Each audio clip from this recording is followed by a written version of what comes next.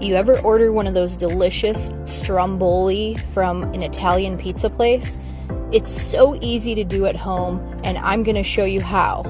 This is another family favorite recipe in my series of documenting my personal recipes for my kids. You can choose to make your own pizza dough, but for this recipe video, I'm just going to use the store-bought dough. Now, if you can get it, get the sheeted version. That just means it's already been stretched out for you. That way you have less rolling to do.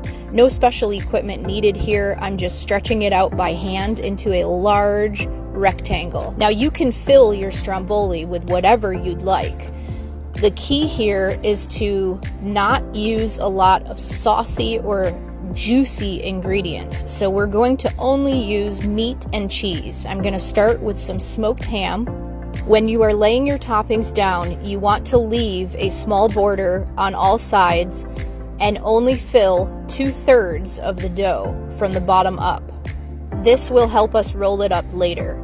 Then I'm going to go in with some big salami and some provolone cheese slices. And again, you can use whatever fillings that you would like. Some people like chicken or steak in their Stromboli. There's a variety of different topping ideas that you can use to suit your family. I then lay down all my pepperonis. This is also a great activity to get your kids involved in the kitchen. It's super easy and they enjoy doing things like this.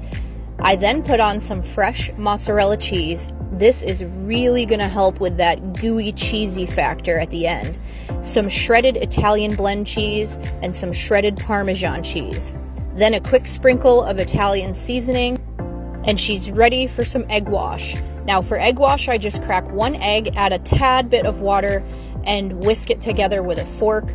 Now for some reason, I could not find my pastry brush in my kitchen, but again, I like to make my recipes approachable for everyday people, so you may not have a lot of specialty equipment. Using your hands is completely fine in baking, so long as you wash them ahead of time. Now fold in your ends and fold up the bottom, and we're gonna start to roll. And as you roll, you want to continuously fold in the ends. The last piece we're going to stretch over the end to seal, and make sure you put that seam on the bottom. Now, I'm not sure if I could have found a smaller sheet pan to put this on, or maybe I should have made a larger Stromboli, but here she is, a beast. And I used my bread lathe to cut slits in the top, but you could use just a sharp knife. Now for the topping.